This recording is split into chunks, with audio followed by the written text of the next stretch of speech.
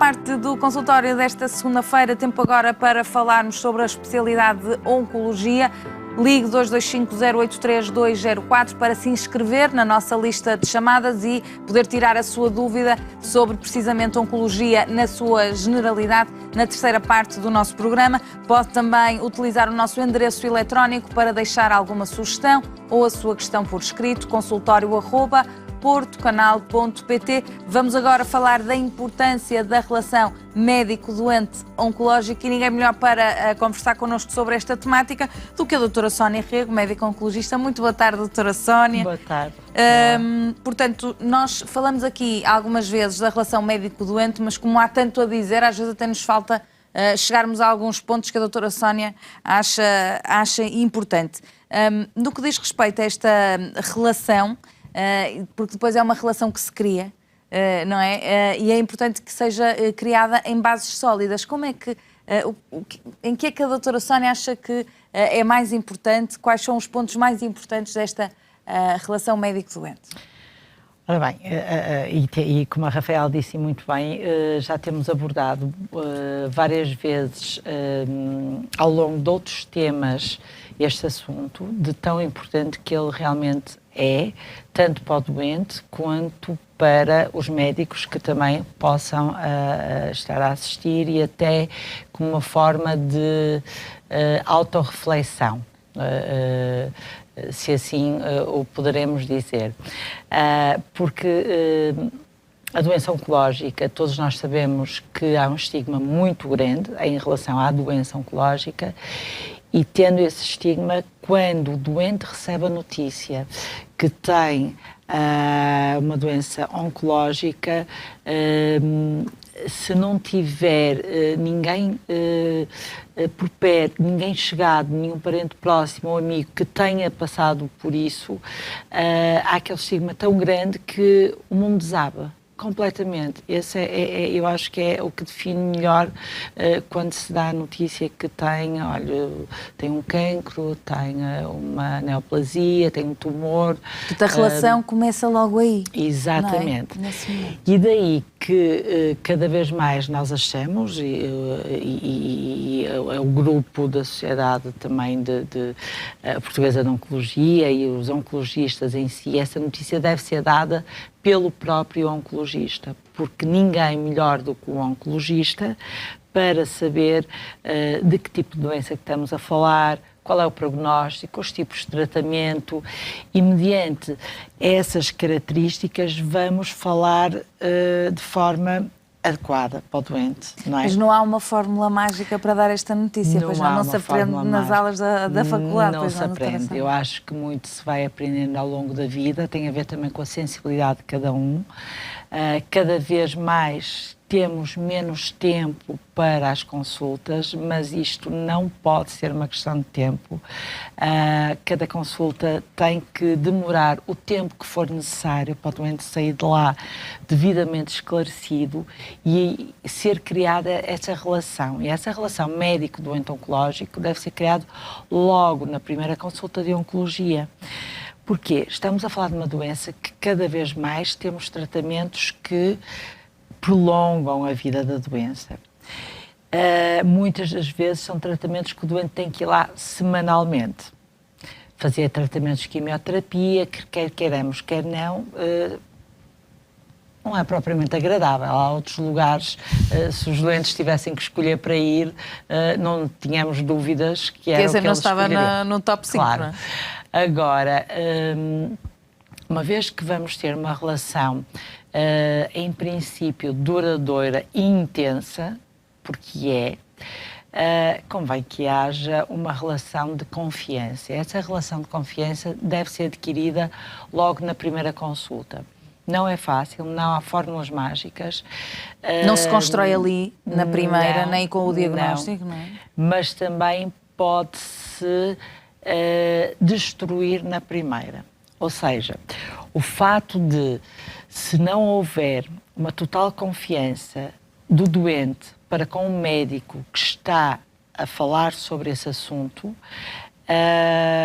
se não houver também empatia, se não houver logo ali um início de empatia, Exatamente. Não é? Essa confiança depois não há, é quebrada, porque uma das coisas que nunca se pode é mentir ao doente oncológico. Nós podemos adaptar a forma de dizer, podemos ver até onde ele quer saber, mas não podemos mentir, não podemos dizer tem aqui uma feridazinha. Muitas vezes o que surge numa primeira consulta, às vezes vêm os familiares antes para falar connosco, para pedir para nós não dizermos para o que é que o doente tem. Não dar o nome, por exemplo. Porque às vezes já há situações em que já há ali uma situação em que, ok, nós vamos a esta consulta e vamos saber se é ou não é. Exatamente. Portanto, muitas vezes a pessoa sabe Ou que naquela então, consulta vai saber sim ou se não. E então os familiares já vão assim um bocadinho a fazer Ou então, oncologia, o que para nós é algo relativamente óbvio, oncologia, doenças oncológicas, cancro, tumores, mas acredito que cada vez mais há menos pessoas que acham, que desconhecem, mas acredito que há muitas pessoas que não sabem o que significa o termo oncologia. Então, algumas vezes o colega direciona para o oncologista, e muito bem, e deve ser o oncologista a dar a notícia pelos motivos que também referi há bocado. Mas o doente às vezes cai lá de paraquedas numa consulta e não sabe muito bem ao que vem. Portanto, eu não posso dizer, olha, eu não vou dizer ao doente, às vezes vêm os filhos para não se dizer aos pais, ou vêm os pais, é mais comum os filhos para não se dizer aos pais, quando os pais já têm alguma idade. E é preciso que as pessoas compreendam que essa ligação de confiança tem que ser feita logo no início, não pode haver mentira. E é médico-paciente, não é médico-família, se bem que, obviamente, que depois também se cria uma relação muitas vezes com a família, não é? Mas não pode haver mentira. Pode Claro. haver formas de dizer adaptadas. Claro que se eu estou diante de uma pessoa que não vai alterar em nada em termos de... porque nem vai fazer nenhum tratamento complementar, já é uma pessoa com alguma idade, com limitação na sua movimentação, também não preciso estar a detalhar tanto. Ser demasiado exaustiva. Exatamente. Com algo que... Agora, que é necessário haver essa empatia e essa disponibilidade para todas as perguntas e esclarecer da melhor forma os nossos doentes e os familiares, e mostrarmos que estamos completamente disponíveis. Eu acho que isso é fundamental. Porque se noutras patologias as pessoas fazem um exame ou fazem um tratamento, estamos a falar de, por exemplo, tratamentos de quimioterapia, de radioterapia, são tratamentos que a pessoa faz lá, ok, mas depois vai para casa e se calhar só no segundo ou terceiro dia após o tratamento é que começa a sentir efeitos secundários daquele tratamento que fez e vai precisar de ligar. Claro. Vai precisar de saber isto é normal, sobretudo nos primeiros, nos iniciais. Ou então, se já é um tratamento a posteriori, doutora Sónia, não senti isto na primeira vez, é normal? Portanto, estamos a falar de uma relação que não se esgota no presencial e que tem esta repercussão no tempo. Exatamente, e é necessário haver esse fio condutor, tem que haver uma ligação, tem que haver um número, um e-mail, qualquer coisa que o doente se sinta apoiado. No meu caso, todos os meus doentes têm o meu número de telefone pessoal, eu optei por ser o número profissional é o pessoal, porque senão tinha que andar ou com telefone com dois cartões, ou então com vários telefones. Portanto, é muito mais prático. Mas também serve para esclarecer, porque muitas vezes, através de um telefonema, esclarece as dúvidas do doente e o doente até se evita uma recorrência, uma ida ao serviço de urgência. Quantas vezes já se conseguiu isso? Mas isso só é possível... Ainda para mais agora, não é, doutora Sónia? É completamente desejável que assim o faça. E até estas dúvidas todas relacionadas com Covid, portanto, os doentes ligam e é tão interessante vermos o quanto isso repercute no prognóstico da evolução clínica, haver uma total abertura com o seu médico, poder-se falar de tudo, em todos os sentidos, dúvidas que tenha, orientações que deve fazer, acabamos todos por ganhar. Portanto, o tempo eventualmente que se pode perder numa consulta, numa primeira consulta, a estar com o doente, a ter essa disponibilidade toda, vamos ganhar posteriormente, porque vamos ter tudo devidamente esclarecido, ou quase tudo. Vamos mostrar que estamos disponíveis para o doente nos questionar sempre que tiver uma dúvida e não precisará ir a outra fonte, nomeadamente a internet, que muitas vezes não é o mais adequado. Uma coisa são as segundas opiniões, que a doutora Sónia até é apologista, não é? Exatamente. Que se o doente tem um determinado diagnóstico ou é proposto um determinado tipo de padrão de tratamento. Se a pessoa não estiver, não é confortável, mas se quiser, tem esse direito de pedir uma segunda opinião ao colega, e a doutora Sónia é a favor disso. Pior é ir para a internet e online buscar informações que muitas vezes, podem ser fidedignas e podem, obviamente, ser produtivas, mas é uma quantidade muito grande de informação, vai-se perder ali muito tempo, e no que diz respeito à doença oncológica, porque sabemos também que, infelizmente, e não é só ao nível da oncologia, há depois uma tentativa sempre de se ganhar algum dinheiro e temos os negócios da China, não é? Os negócios milagrosos, etc, etc. E, portanto, se as pessoas começam a entrar ali nesse looping, é uma chatice. Exato, mas se tiver uma total abertura com o seu médico, esses negócios milagrosos e que sabemos que há muitas falcatruas e em torno de uma doença que poderá ser grave, portanto as pessoas estão mais desesperadas muitas vezes e acabam por aceitar tudo o que lhes proponham. Se propõem a cura, se prometem a cura, claro. As pessoas nem questionam muito e às vezes até deixam-se levar por algo que é tão descabido, mas se tiver a liberdade total com o seu médico, poder falar com o seu médico e esclarecer-se, sendo que temos que estar abertos para aceitar também medidas paralelas, nomeadamente a alimentação. As pessoas cada vez mais ligam muito à alimentação para melhorar os tratamentos do cancro. Alguns estudos veem relação, mas também com essa importância e intensidade que muitas vezes os doentes acreditam. Não há estudos ainda a comprovar, mas é o que eu digo, se o doente acredita, mal não faz. Portanto, tudo que não faça mal ao doente, nem à carteira do doente, portanto, é mais do que justo fazer. Agora, esta é uma relação, doutora Sónia, que é importante também, como em todas as relações, até numa relação amorosa, vamos dizer assim, ou uma relação familiar, nós temos que dar, mas também temos que receber. Ou seja, há aqui duas pessoas importantes nesta relação. Falamos agora muito do médico, não é? E do papel do médico, mas nada disto pode avançar se não tiver também a ajuda do paciente. E a ajuda é comunicar consigo, explicar aquilo que é importante, dizer o que sente ou o que não sente, não esconder sintomas. Não é? Isso também é muito importante. Mas isso é importante ter abertura. E eu sinceramente, eu acho que a maior parte das vezes a relação médico-doente, para funcionar bem, ao contrário de outras relações que eu acho que depende dos dois sempre, ou dos três, de todos os envolvidos, dos quatro, dos cinco, de uma família, dos que forem, ou de um grupo de amigos, portanto, depende. Na relação médico-doente, eu acho que depende mais do médico. Ou seja, o médico é ali o maestro, é que vai tocando a banda.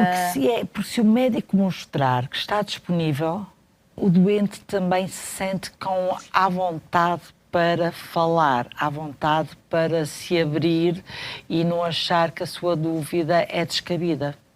Percebe? Okay. Agora, se é um médico que não mostra disponibilidade nenhuma, o doente não se vai abrir e vai procurar outros meios alternativos. É claro que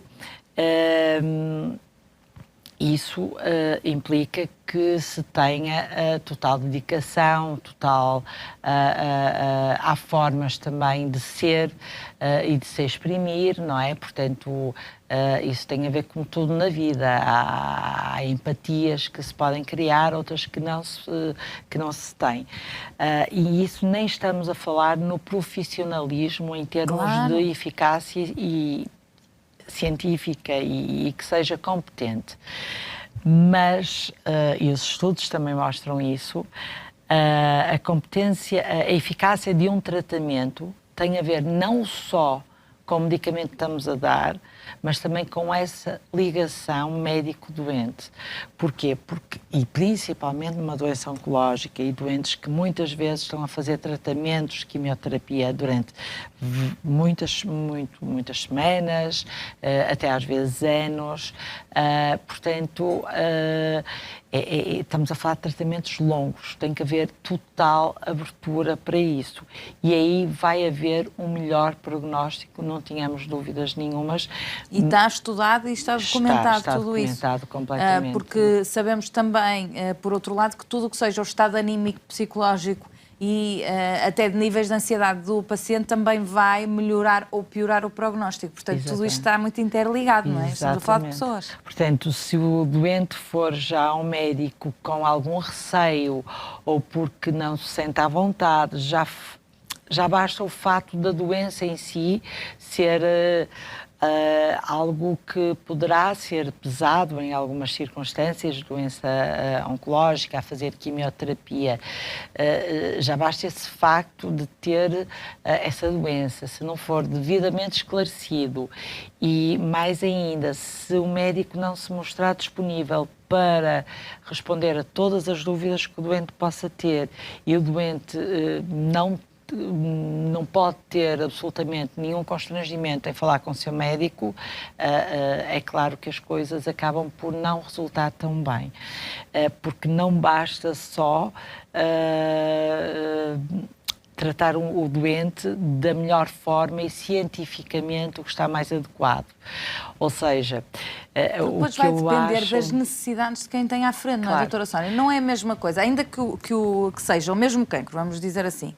É o mesmo tipo de patologia, mas tem à sua frente uma mulher jovem de 30 anos e ter à sua frente um homem de 80 anos, são coisas completamente diferentes, certo? Sim, e também dos apoios, só conseguimos saber o tipo de apoio que essa pessoa vai ter em casa e nos aperceber que esse senhor de 80 anos não tem ninguém em casa para o apoiar, não tem filhos ou os filhos estão longe ou têm que trabalhar e não podem faltar ao emprego, que tem dificuldades financeiras que ele não vai poder comprar sequer a medicação que estamos a prescrever em paralelo com a quimioterapia, porque a maior parte dos tratamentos são comparticipados, não é? Mas um simples Benurão que se passe numa receita, o doente vai comprar.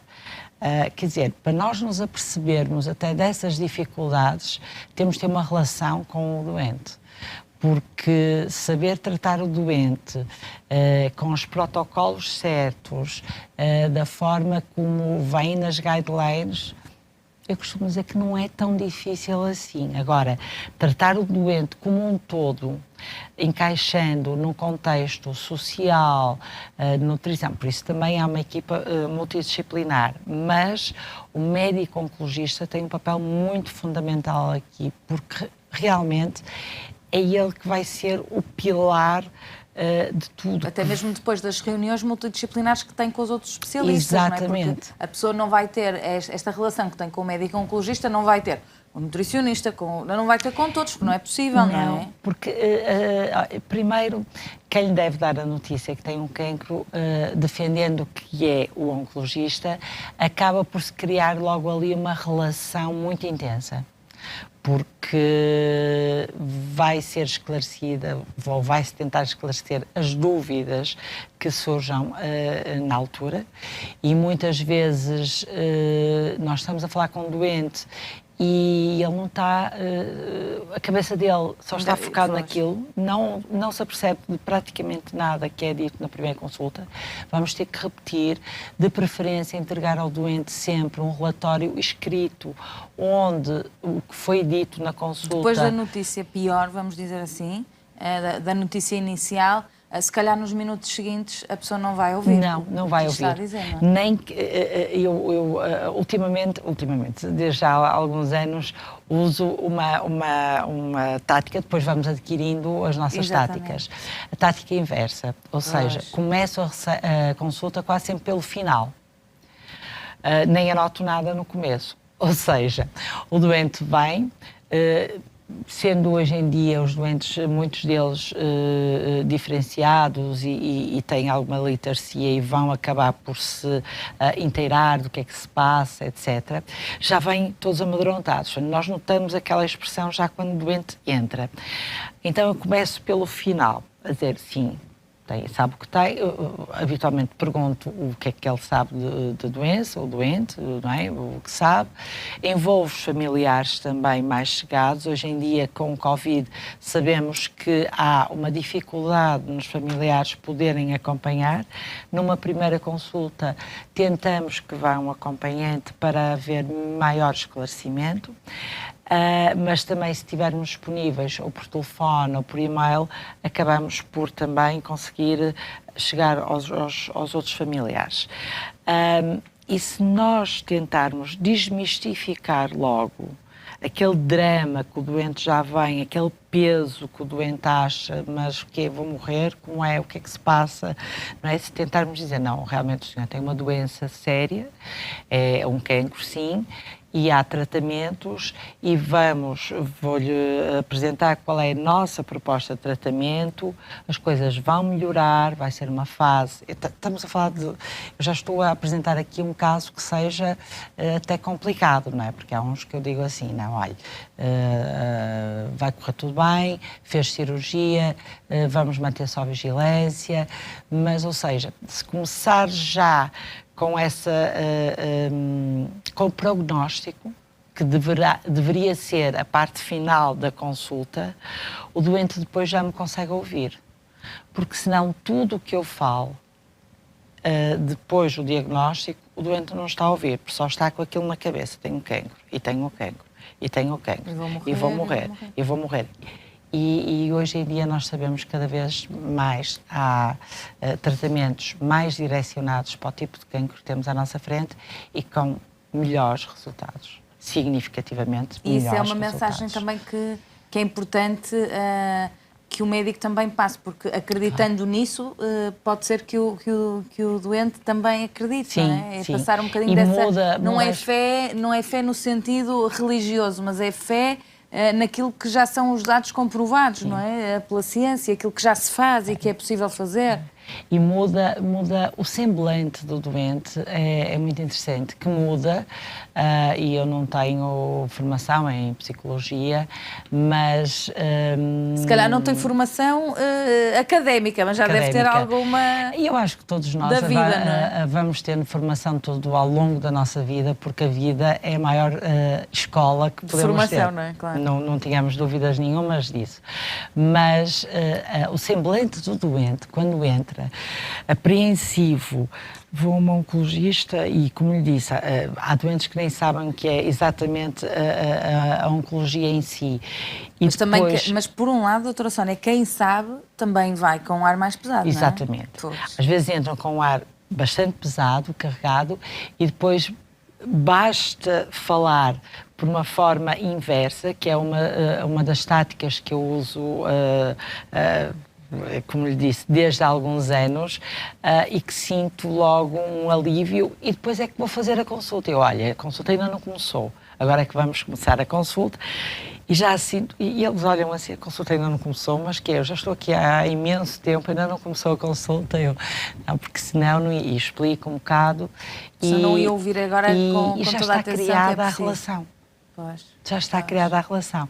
E importante é todos os doentes oncológicos terem um número a quem ligar, que pode não ser, isso é uma opção de cada um, pode não ser o número do médico, também um médico poderá ter o direito de trabalhar e fora do horário de trabalho, claro, não está disponível, isso como é óbvio. Há sempre também locais que, se for alguma urgência, o doente pode se dirigir, uma urgência de oncologia ou não, mas ter um número ou um e-mail em que ele se sinta confortável, porque as dúvidas vêm depois, como a Rafaela disse, e as em pessoas casa. não se lembram logo de tudo. Claro. Aliás, a doutora Sónia também já disse, e isto vale depois também para outras patologias de pessoas que são seguidas regularmente, que é a pessoa não tem capacidade para se lembrar de tudo. E isso acontece aos 30 anos. Eu lembrei-me agora, tive um doente relacionado com a idade, mas tendo a dúvida, a pessoa aponta e quando vai ao médico tem ali as duvidazinhas todas. Eu agora lembrei-me de um doente, tive um doente, e já foi há quase um ano, porque já estamos no final do ano, que me ligou na passagem do ano, de um dos anos, portanto já não foi o ano passado, mas há cerca de 2 anos, julgo, na passagem de ano, portanto estamos a dizer tipo meia-noite menos um quarto, de dia 31 de dezembro para dia 1 de janeiro. E, doutora, desculpe, eu atendi, não é? Desculpe, doutora, esqueci-me de lhe perguntar se posso beber um bocadinho de champanhe. Estava a fazer quimioterapia, se posso beber um bocadinho de champanhe para brindar Tinha que ser a passagem àquela de hora, ano. não é? Senão depois já passava. Exatamente, ou seja, o fato de alguém lhe ter respondido, é claro que ele podia-se ter lembrado antes dessa questão, mas o fato de ter respondido a essa questão na hora, quer dizer, fez diferença, claro, claro que sim, claro que sim. Portanto, é aqui a oncologia para fazer a diferença. Exatamente. Nós vamos a seguir para intervalo. A doutora Sónia Rego continua connosco na terceira parte para responder a dúvidas que tenha sobre a especialidade de oncologia. Até já.